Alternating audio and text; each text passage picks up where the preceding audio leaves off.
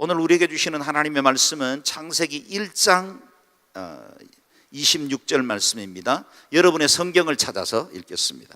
창세기 1장 26절에서 31절까지 말씀, 여러분의 성경을 찾아서 함께 한 절씩 교도가여 받들어 읽겠습니다. 이는 하나님의 말씀입니다. 하나님께서 말씀하시기를 우리가 우리의 형상대로 우리의 모양을 따라 사람을 만들어 그들이 바다의 물고기와 공중의 새와 가축과 온 땅과 땅 위에 기는 모든 것을 다스리게 하자 하시고, 하나님께서 사람을 그분의 형상대로 창조하시니 곧 하나님의 형상대로 사람을 창조하시되 하나님께서 그들을 남자와 여자로 창조하셨습니다. 하나님께서 그들에게 복을 주시며 그들에게 말씀하여 하시기를 자식을 많이 낳고 번성해 땅에 가득하고 땅을 정복하라. 바다의 물고기와 공중의 새와 땅 위에 기는 모든 생물을 다스리라 하셨습니다. 하나님께서 말씀하시기를 내가 땅 위에 씨 맺는 모든 식물과 씨가 든 열매를 맺는 온갖 나무를 너희에게 주니 이것이 너희가 먹을 양식이 될 것이다. 그리고 땅의 모든 짐승과 공중의 모든 새와 땅 위에 기는 모든 것들 곧 생명 있는 모든 것들에게는 내가 온갖 푸른 풀을 먹이로 준다 하시니 그대로 됐습니다. 하나님께서 자신이 만드신 모든 것을 보시니 참 좋았습니다. 저녁이 되고 아침이 되니 여섯째 날이었습니다. 아멘. 담임 목사님께서 2주간 유럽에 출타 중이십니다. 디아스포라 700만 한민족 흩어져 있는 그들이 하나님 앞에 다시 회복되고 선교의 자원이 될 수 있도록 하는 디아스포라 집회에 강사로 말씀 전하게 되실 것이고요. 또 종교개혁 500주년을 맞아서 종교개혁이 이루어졌던 여러 도시들을 방문하면서 하나님께서 우리에게 주시는 이 시대의 종교개혁의 비전과 꿈을 갖는 그런 시간들을 가지게 될 겁니다. 2주간 동안 담임 목사님 건강도 지켜주시고 또 집회 가운데 은혜 베푸시도록 기도해 주시기를 부탁을 드립니다. 여러분은 성경의 첫 절의 말씀인 창세기 1장 1절 말씀을 잘 암송하고 계실 것입니다. 태초에 하나님이 천지를 창조하시니라. 이 짧고 명확한 말씀은 온 세상과 인류가 어떤 과정을 통해서 기원이 이루어졌는지를 잘 알려주십니다. 그래서 이 한 절 말씀을 제대로 믿기만 하면 풀리지 못할 일이 없습니다. 진리의 황금문에 해당됩니다. 이 문을 열고 들어가면 성경의 기적과 신비가 다 이해되고, 이 문을 믿음으로 열고 들어가면 세상의 모든 이치와 원리들이 쉽게 해석됩니다. 밤하늘에 펼쳐져 있는 어마어마한 우주의 그 모든 비밀과 우리 동네 숲에 있는 그 작은 풀잎의 꽃잎 하나까지도 그 원리가 이해되게 됩니다. 그러나 인간들이 절대자의 창조를 부인하면서 진리의 혼돈에 빠지게 되었습니다. 인간은 애써서 창조주를 부인하고 인생과 세상의 이치를 해석하려고 하다가 엄청난 혼돈에 빠지게 된 것입니다. 전능자의 그 창조를 부인하려고 하니 이 땅에서 인간을 가장 닮은 존재가 원숭이고 그 원숭이가 우리의 조상이라고 말하게 되는 이런 오류를 범하게 된 것입니다. 어디에도 검증된 결과가 없는데도 불구하고 상상으로 만든 지질 연대표와 그리고 얼마간 발견된 화석을 끼워 맞춰서 전혀 있지도 않은 45억 년이라는 역사를 창조해내고야 만 것입니다. 창조주 하나님을 부인하고 인간이 오히려 세속의 정신들을 만들어내고 말았습니다. 저는 오늘 우리가 읽은 말씀, 이 말씀을 가지고 이번 주일과 다음 주일 2번에 걸쳐서 강해하려고 합니다. 우리의 인간관과 세계관의 기초가 되는 중요한 말씀이기 때문에 계속해서 반복적으로 묵상하려고 합니다. 오늘 말씀은 저와 여러분, 인간이 어떤 과정을 통해서 창조되었는지를 분명하게 말씀하고 있습니다. 26절 말씀을 함께 읽겠습니다. 시작. 하나님께서 말씀하시기를 우리가 우리의 형상대로 우리의 모양을 따라 사람을 만들어 그들이 바다의 물고기와 공중의 새와 가축과 온 땅과 땅 위에 기는 모든 것을 다스리게 하자 하시고. 아멘. 기억하십시오. 우리는 수만 년 동안의 진화의 과정을 거쳐서 오늘 우리의 모습이 된 것이 아닙니다.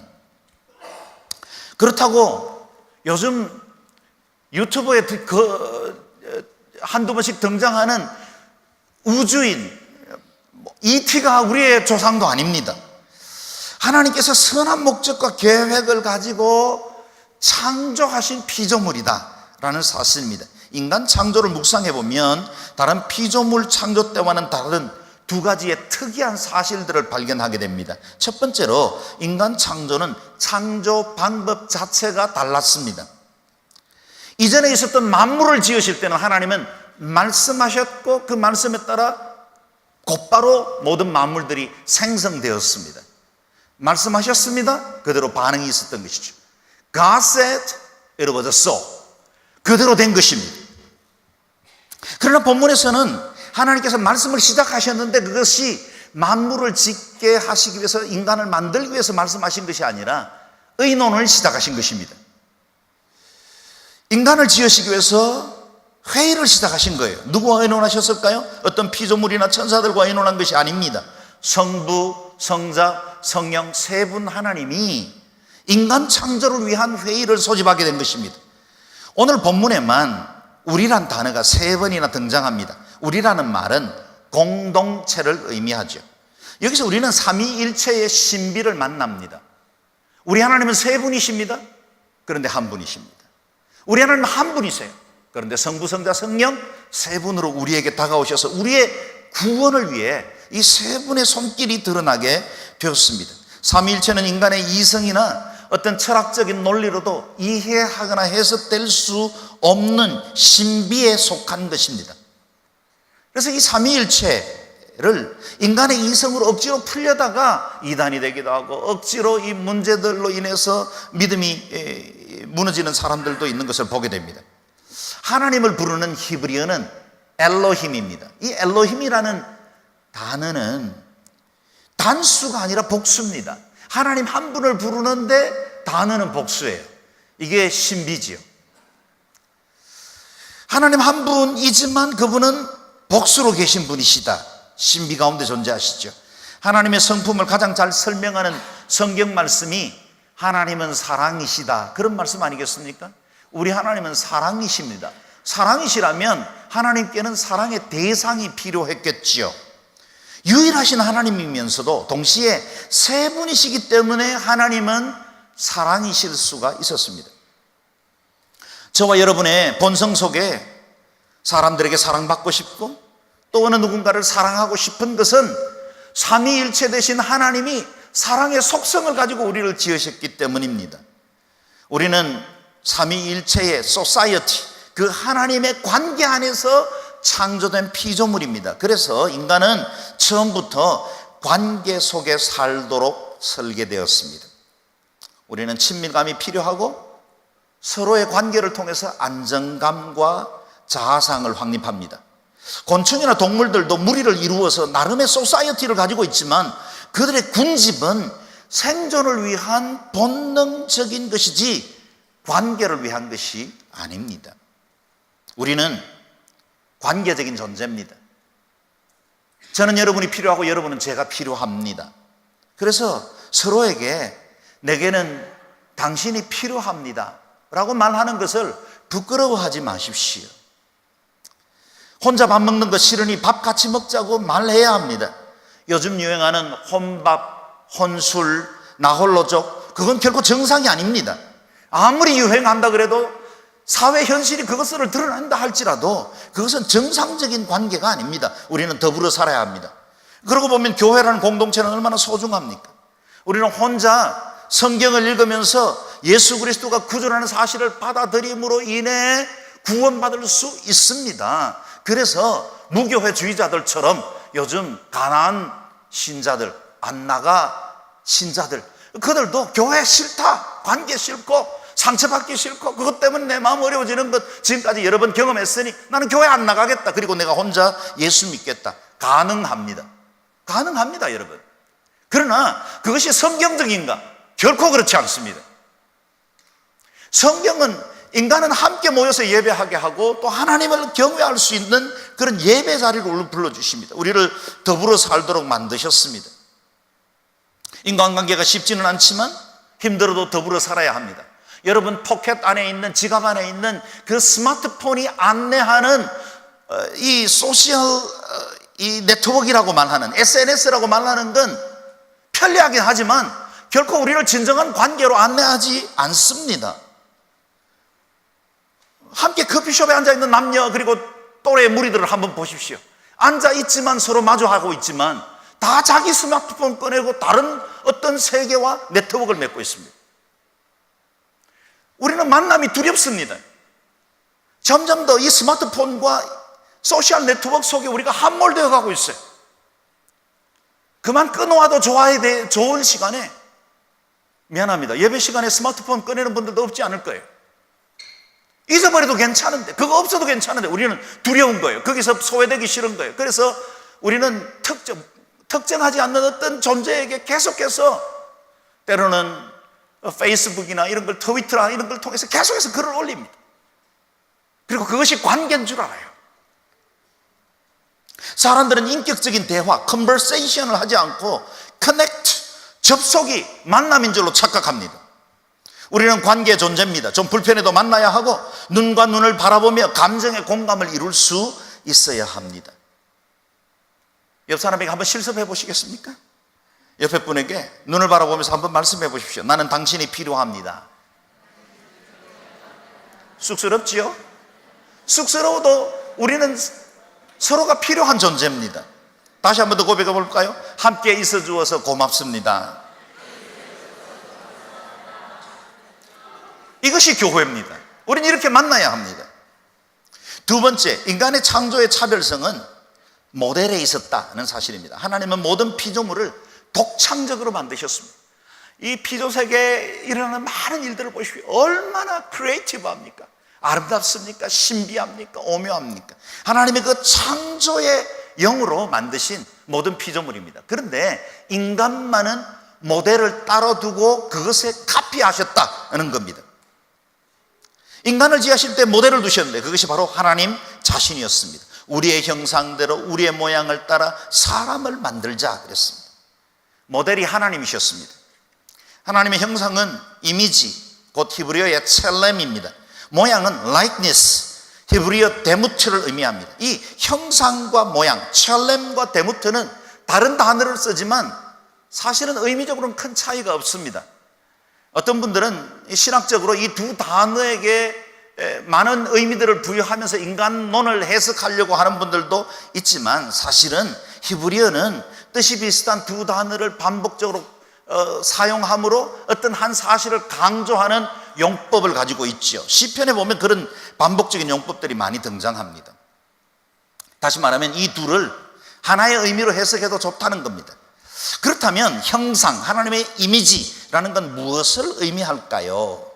하나님은 영이시지 않습니까? 우리 눈에 보여지는 것도 아니고 손에 만져지는 것도 아니죠. 분명 우리에게 눈을 주신 분이시기 때문에 보시는 분인 것임의 사실이고, 우리에게 입을 주시는 분이시기 때문에 그분은 말씀하시는 분임의 사실이지만 우리와 같은 똑같은 형상을 가졌다고 착각해서는 안 됩니다. 우리 어린아이들에게 하나님을 그려보라 그러면 아주 산신령 같은 머리가 하얗고 이렇게 연세가 많으신 어르신들을 그려놓는데 하나님의 형상이 그럴 것이라고 착각하면 안 됩니다. 우리 하나님은 영이십니다. 그렇다면 형상을 따라 지음받았다는 것이 무엇을 의미할까요? 그것은 영적인 존재이면서도 하나님의 인격적 특징을 가졌다, 그런 뜻입니다. 우리 인간은 영인 존재입니다. 영적으로 지음받았습니다. 하나님이 영이시기 때문에 우리를 영적으로 지으셨고, 그리고 하나님 가지신 그 인격적 특질을 우리에게 부여하셨습니다. 하나님께서 가지신 그 신적 성품을 저와 여러분 안에도 담아주셨다는 겁니다. 이어지는 27절에는 그 창조가 어떻게 실행됐는지를 말씀하고 있습니다. 27절 같이 읽어볼까요? 시작. 하나님께서 사람을 그분의 형상대로 창조하시니 곧 하나님의 형상대로 사람을 창조하시되 하나님께서 그들을 남자와 여자로 창조하셨습니다. 아멘. 하나님의 형상을 따라 지음받았다는 것은 곧 하나님의 신적 존재가 되었다, 그런 뜻입니다. 인간은 육체를 가지고 있습니다. 흙으로부터 비롯됐기 때문에 우리의 많은 육체가 요구하는 것들을 들어보면 동물들과 큰 차별성이 없는 것처럼 보여지는 본능이 있습니다. 그러나 우리 인간 안에는 신의 성품이 있기 때문에 모든 동물과는 절대적으로 차별됩니다. 우리가 집에서 애완용 동물을 기를 때 반려동물이라고 부르지만 실제로 그것은 그런 용어를 쓰면 안 됩니다. 인간은, 진화론자들은 자꾸만 동물의 그 아메바로부터 오늘 고등동물에 이르는 인간까지를 연결선상에서 두고 싶어 해서 우리와 함께하는 반려동물이라고 말하고 싶지만 실제로 그것은 동물일 뿐입니다. 절대적인 차이는 인간은 하나님의 신적 성품을 가진 존재로 완전히 다르게 지어졌다는 사실입니다. 진화론은 인간이 열등한 상태에서 고등한 상태로 점차 변화되었다고 말하지만 성경 말씀은 단호합니다. 인간은 처음부터 완벽한 존재로 지음받았습니다. 그 완전한 창조의 면류관이 오히려 죄 때문에 타락하고 지금 우리가 경험하고 있는 이 무질서하고 혼란스러운 세상은 죄로 인해서 우리의 면류관이 파괴된 것을 상징하는 것입니다. 인간의 문명이 과거보다 발전되어서 편리한 도구를 사용할 수 있게 되었고 정보의 양이 많아졌다는 것이 우리의 진화를 검증하는 것입니까? 세상은 처음이 좋았습니다. 창조된 첫 번째 인간은 완벽했습니다. 오히려 죄로 인해 우리의 가치를 잃어버렸기 때문에 우리는 예수 그리스도로 말미암아 그 잃어버린 영광을 회복하도록 초대받은 것입니다. 형상으로 지음받았다는 말은 세 가지 중요한 의미를 갖습니다. 첫째, 인간은 하나님과 교제하도록 지음받았다는 겁니다. 하나님의 형상을 소유했다는 말은 영적인 존재가 되었다고 말씀드렸죠. 창세기 2장에 보면 창조에 대해서 좀 더 구체적인 내용들을, 방법들을 기술하고 있습니다. 7절 말씀을 같이 읽어보겠습니다. 시작. 여호와 하나님께서 땅에서 취하신 흙으로 사람을 빚으시고 그 코에 생기를 불어넣으시자 사람이 생명체가 됐습니다. 아멘. 하나님께서 흙이라는 재료를 통해서 인간을 빚으시고 그리고 거기에다가 코에 생기를 불어넣으셨다. 그 코에 부르는 생기가 곧 하나님의 영이죠. 하나님의 형상을 가진 영적 존재가 되었다는 것은 거기에서부터 비롯됩니다. 인간은 절대자를 향해 예배할 수 있는 유일한 피조물입니다. 이 땅에 다른 동물들은 몸이 있지만 영혼이 없고 천사들은 영은 있지만 몸은 없습니다. 그래서 영과 육체를 가지고 있는 유일한 피조물이 인간입니다. 그 말은 전인적으로 예배할 수 있는 유일한 존재가 저와 여러분이다, 그런 뜻입니다. 오늘 저와 여러분이 이렇게 예배 자리로 나와서 영광의 주님을 찬양하고 그분 앞에 말씀을 듣고 또 우리가 기도할 수 있는 특권이 주어진 것은 하나님의 형상으로 우리가 지음받았기 때문입니다. 인간은 본질적으로 심령 깊은 곳에 종교성이 담겨 있습니다. 인간의 내면 깊이에 들어가 보면 실제로 무신론자는 존재하지 않습니다. 모든 사람들에겐 각자 다른 신들의 형상 때문에 그 진리의 빛이 어두워진 것뿐이지 모든 사람들은 그 무엇인가에 의지하고 있고 자신의 세계 바깥에 있는 어떤 존재에 대한 인식을 갖고 있습니다. 왜냐하면 우리가 하나님의 형상으로 지음받았고 그것이 거루터기처럼 모든 인류 가운데 남아있기 때문입니다. 그러므로 인간은 하나님 앞에 예배할 때 진정한 우리 존재의 가치를 깨달을 수 있습니다. 저와 여러분 예배하는 것은 얼마나 큰 특권입니까? 하나님의 형상이 회복됐기 때문에 가능한 것이 예배입니다.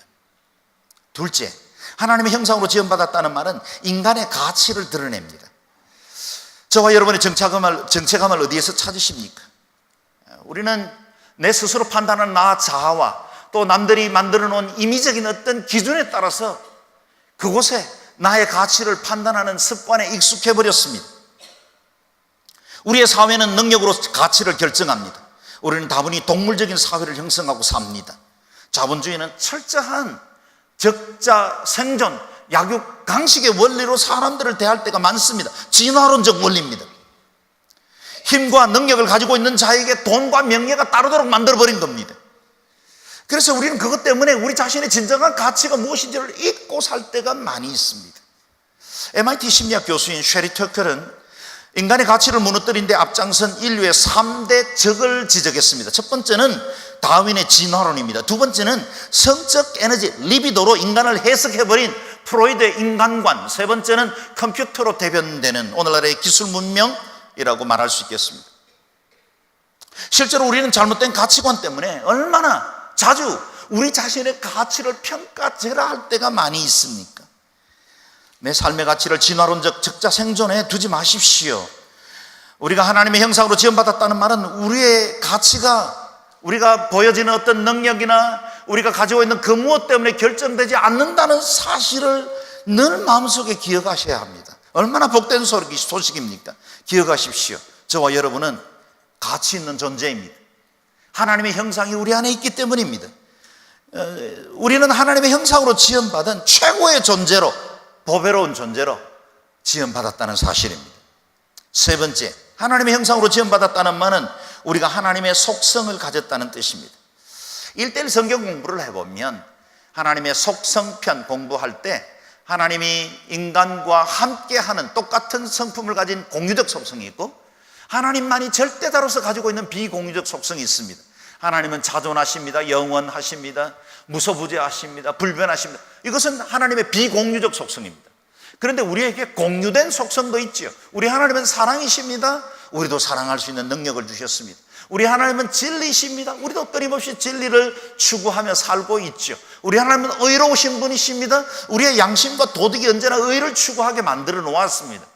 그것이 바로 하나님과 우리 인간 사이에 함께하는 공유적 속성이죠.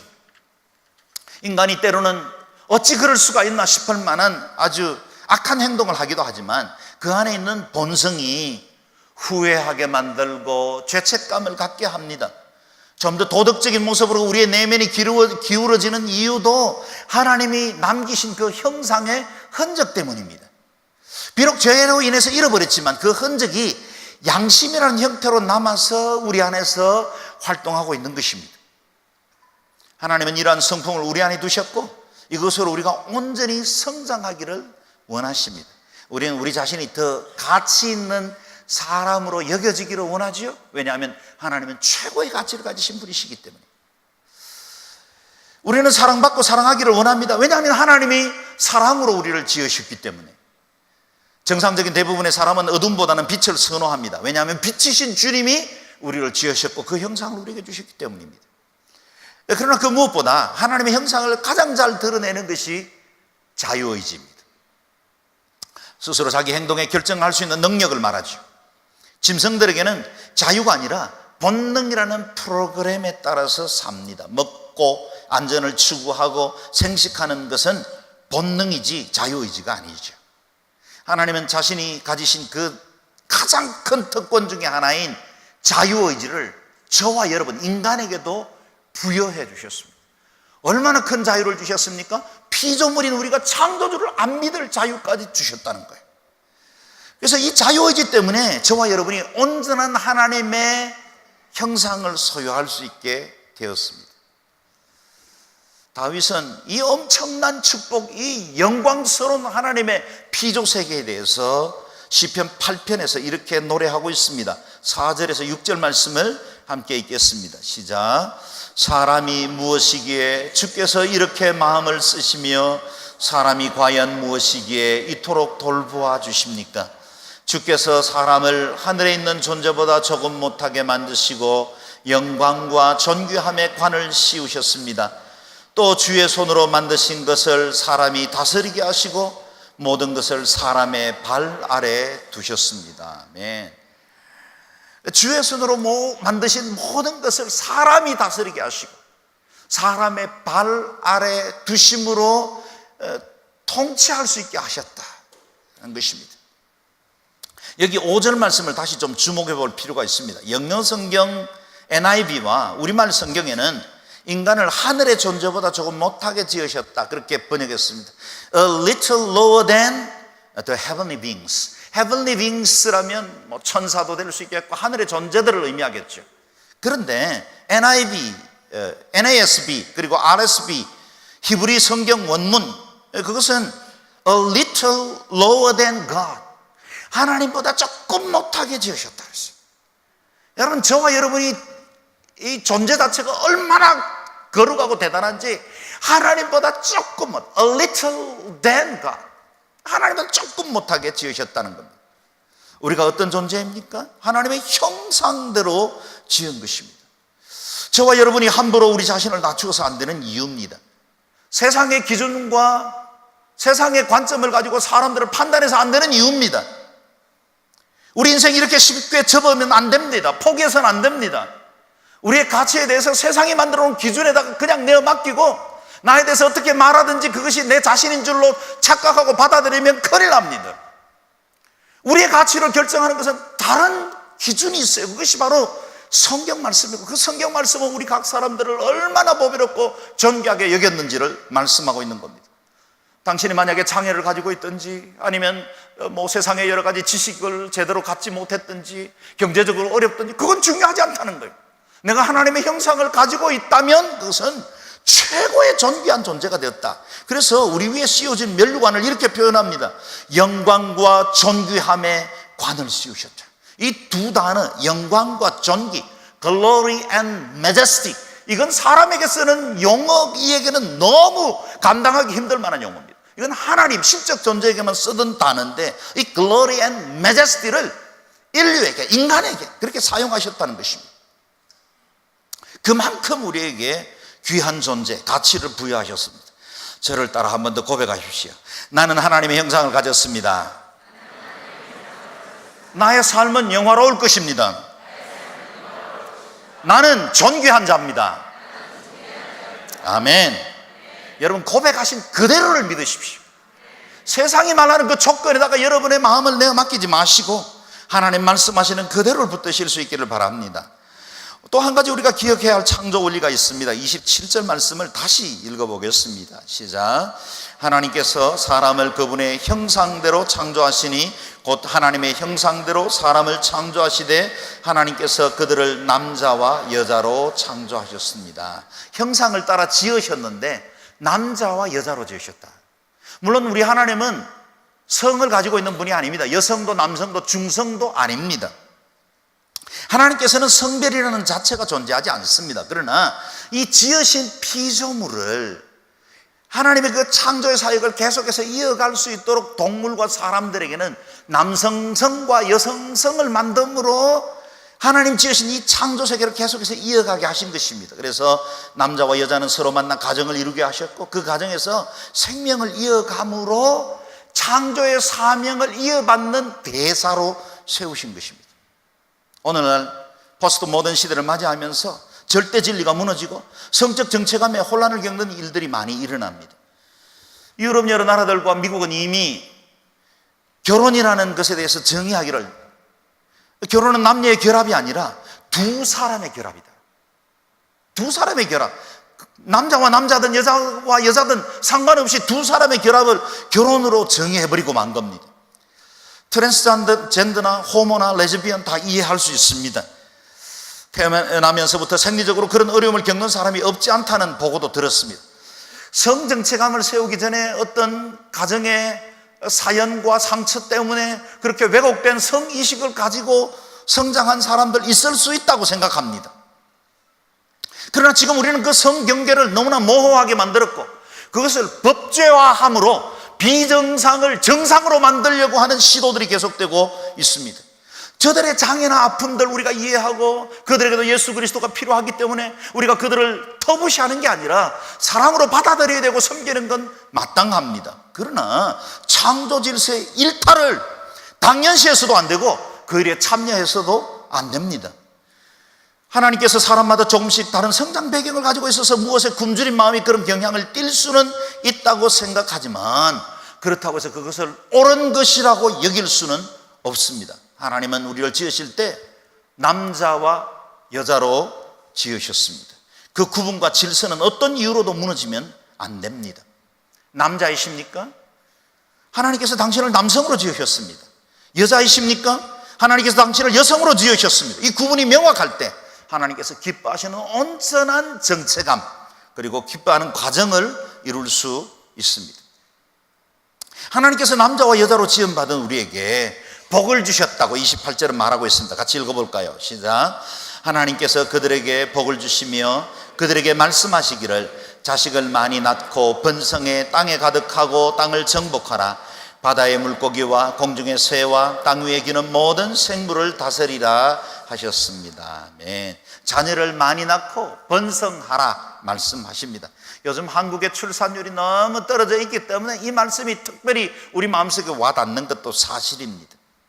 그러나 번성하고 땅을 정복하라는 말씀은 우리의 현실 때문이 아니라 그것은 지상에 존재하는 모든 사람들의 사명이기도 합니다. 문화명령, 곧 피조세계에 대한 청지기의 사명을 말하고 있죠.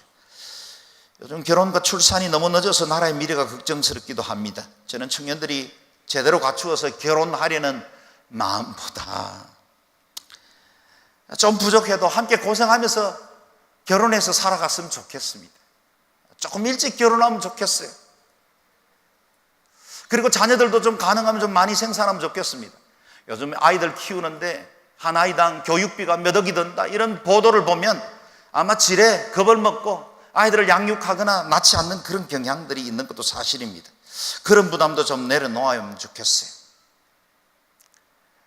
우리가 알고 있는 대로, 우리가 경험한 대로 우리의 행복은 재산의 유무에 있지 않다는 걸 우리 많이 경험했잖아요.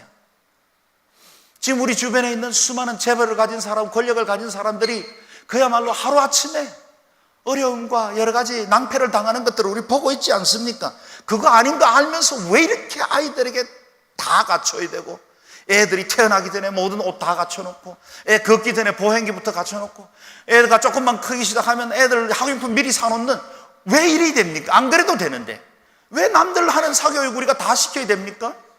우리 자녀들에게 가진 고유의 가치가 있는데 왜 우리는 세상이 만들어 놓은 기준에 그대로 따라가면서도 아무런 갈등 없이 그래야만 한다고 생각하는지 참으로 마음이 안타까울 때가 많습니다.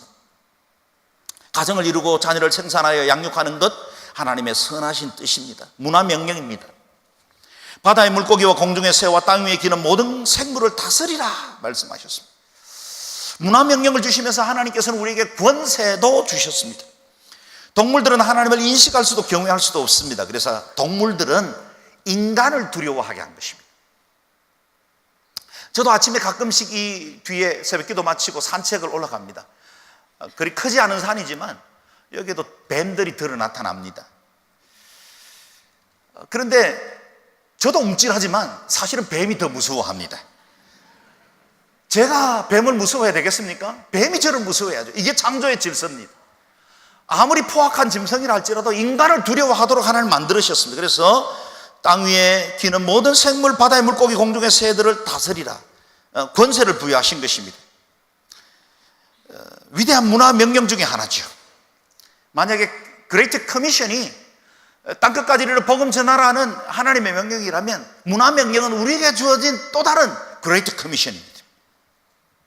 하나님께서 왜 우리에게 우상 숭배를 그토록 싫어하십니까? 이유가 있습니다. 다스리도록 만든 자연을 두려워하고 그 앞에 절하여 섬기는 것 하나님은 너무 싫어하십니다.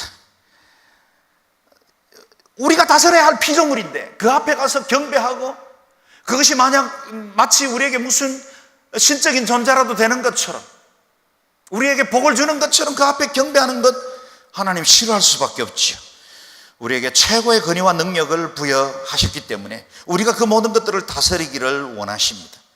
하나님은 인간에게 세계를 관리할 수 있는 위임, 곧 청지기의 직분을 주셨습니다. 자녀를 많이 낳고 번성해 땅에 가득하고 땅을 정복하라. 사실은 이 말씀에 대한 오해가 서구 교회들에 오랫동안 있었죠. 정복하고 다스리라는 말씀이 피조세계를 마음대로 다루어도 된다는 뜻은 아니었는데 마치 인류가 그 모든 것들을 해도 좋은 것처럼 군림하기도 했다는 겁니다. 역사가 린 화이트는 오늘날 서구 유럽 중심의 산업국가 때문에 자연과 생명이 황폐하게 된 근본적인 이유는 바로 구약 성서 창세기에 사람들에게 땅을 정복하라고 했기 때문이다. 이 모든 근본적인 책임은 기독교가 져야 한다. 그렇게 자신의 논문에서 주장하기도 했습니다. 억지 같지만 얼마간 사실이기도 하지요. 정원 관리인은 정원을 아름답게 유지할 사명을 받은 자지 마음대로 정원을 파괴해도 된다는 뜻이 아닙니다. 인류가 좋은 환경을 자손들에게 물려줘야 하는 것도 사실이지만 그 무엇보다 세상의 청지기로 이 땅에 보냄받았기 때문에 자연도 보호하고 환경 문제에 적극적인 관심도 갖고 물질도 아껴 써서 이 땅을 아름답게 보존하는 것은 청지기의 사명 중에 하나입니다. 하나님께서는 모든 피조물을 만드신 후에 맨 마지막에 인간을 창조하셨습니다. 다른 모든 피조의 세계의 창조를 끝내시고 인간을 지으셨다는 것이 무엇을 의미합니까? 인간은 스스로를 위해서 한 것이 아무것도 없다, 그런 뜻입니다. 창조의 순서는 은혜가 무엇인지를 가르쳐 줍니다. 지금 우리가 누리고 있는 이 세상도, 그리고 이 땅의 모든 것들도 내가 수고하고 노력한 대가로 받는 것이 아닙니다. 욥에게 하나님께서 묻지 않습니까? 내가 땅에 기초를 놓을 때 내가 어디에 있었느냐? 땅에 기초를 놓고 세상을 지으실 때 인류가 한 것은 아무것도 없습니다. 인간은 완벽하게 준비된 세상을 거저받았고 지금까지 사용하는 모든 자원들도 하나님이 거저 베풀어 주신 것입니다. 그래서 창조도 구원도 은혜의 산물입니다. 혹시 서프라이즈 파티를 해본 적이 있습니까? 올해도 쓸쓸하게 혼자 생일을 맞는구나 그랬는데 친구들이 어떻게 알았는지 미리 파티를 다 준비하고 그리고 불러서 깜깜한 현관에 들어섰는데 갑자기 불이 쫙 켜지면서 서프라이즈, 그때 기쁨, 환희 상상해 볼 수 있지 않습니까? 여러분, 아담과 하와가 처음 창조되어 세상에 눈을 뜨기 시작했을 때 하나님 마치 서프라이즈 파티처럼 모든 것들을 다 준비해놓고 완벽하게 인테리어까지 완벽하게 마친 후에 입주자를 기다리는 신도시 아파트 같고 데코레이션 그리고 양초에 촛불까지 밝히고 아름다운 식탁을 준비한 그런 파티와 같이 모든 세상을 아름답게 준비한 다음에 우리에게 허락하셨습니다. 그만큼 우리를 존귀한 존재로 여기셨습니다. 여러분, 우리가 누리고 있는 이 모든 것들은 하나님의 은혜의 선물입니다. 나를 위해서 베푸신 하나님의 큰 사랑이 우리가 매일매일 경험하는 이 자연과 환경 가운데 있다는 사실을 잊지 마십시오. 이전에 우리는 죄로 인해서 고귀한 하나님의 형상을 잃어본 적이 있었습니다. 그런데 이제 우리는 예수 그리스도로 인해 다시 형상을 되찾았습니다. 더 이상 옛사람의 성품과 죄의 종로로 타며 살지 말아야 할 이유가 여기 있습니다. 우리는 고귀한 존재입니다. 하나님의 형상을 가진 엄청난 은혜를 누리고 있는 사람들입니다. 그래서 하나님의 영광과 존귀로 면류관을 씌워주신 최고의 피조물다운 가치 있고 복된 삶을 살도록 믿음의 결단을 해야 합니다. 저와 여러분 안에 하나님께서 주신 새로운 가치가 우리의 마음을 다스리게 하셔서 말씀대로 살아가고 말씀대로 가치 있고 존귀한 자로 살아가는 은혜가 있기를 주의 이름으로 축원합니다.